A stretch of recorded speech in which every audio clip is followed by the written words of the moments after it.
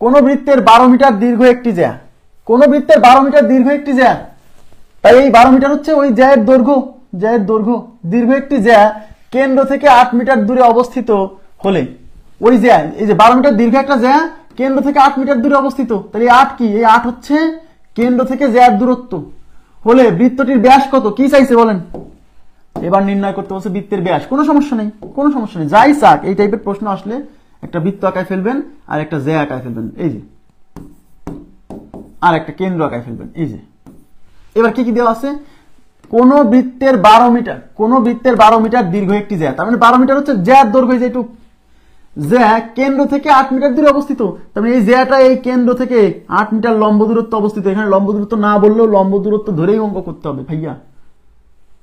এইটুক হচ্ছে 8 আর এই জ্যার দৈর্ঘ্য হচ্ছে 12, তার মানে এই যে এইটুক হচ্ছে 12 অর্ধেক 6, কারণ এই পুরোটা 12 হলে এইটুক 6। অঙ্কে বলছে বৃত্তের ব্যাস কত। এই সব অঙ্ক যাই চাক আপনি এই কেন্দ্র থেকে এই জ্যায়ের যে কোনো একটা কোণা যুক্ত করে একটা সমকোণী ত্রিভুজ বানায় ফেলবেন। এটা একটা সমকোণী ত্রিভুজ ওয়েডি, এটা সমকোণ।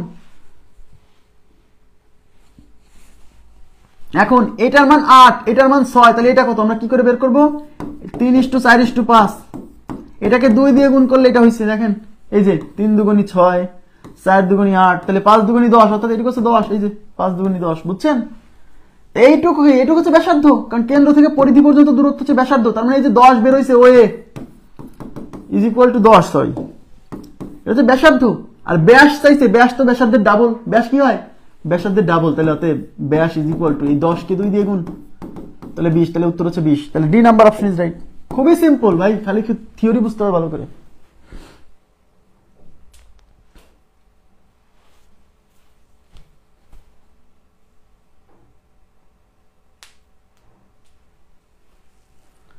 ওকে, নেক্সট।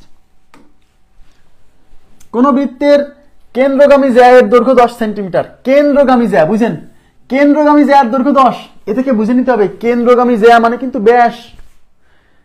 সরাসরি বলছে না যে ব্যাস 10 সেন্টিমিটার, বলতেছে কেন্দ্রগামী জ্যা, তো কেন্দ্রগামী জ্যাই তো ব্যাস। হ্যাঁ, তার মানে ব্যাস হচ্ছে 10, ব্যাস 10, ব্যাস 10 হলে ব্যাসার্ধ কত, ব্যাসার্ধ হলো ব্যাসের অর্ধেক, তার মানে 10/2, 5। সরাসরি ব্যাসার্ধের মান নাই, আবার সরাসরি বলছে না ব্যাস হচ্ছে 10, বলছে কেন্দ্রগামী জ্যা। আরে ভাই কেন্দ্রগামী জ্যা মানে তো ব্যাস, তো ব্যাস যদি 10 আর ব্যাসার্ধ 5, ওকে ফাইন।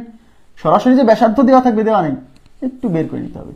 কেন্দ্র থেকে 3 সেন্টিমিটার দূরবর্তী জ্যায়ের দৈর্ঘ্য কত, তার মানে একটা জ্যায়ের দৈর্ঘ্য নির্ণয় করতে বলছে, যে জ্যাটা হচ্ছে কেন্দ্র থেকে 3 সেন্টিমিটার দূরবর্তী। তাহলে আপনি একটা বৃত্ত আঁকাবেন, একটা জ্যা আঁকাবেন, এবি নাম দিবেন, কেন্দ্র থেকে এই জ্যায়ের দৈর্ঘ্য 3 সেন্টিমিটার আঁকায় ফেলবেন, লম্ব দূরত্ব সবসময়।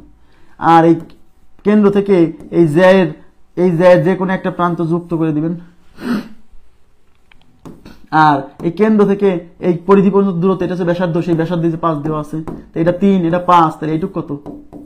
আরে এটা তো একটা সমকোণী ত্রিভুজ ওএডি, সবসময় সমকোণী ত্রিভুজ, কারণ এই কোণটা সমকোণ।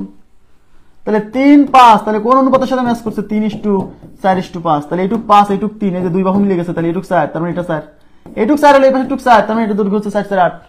এত সহজ।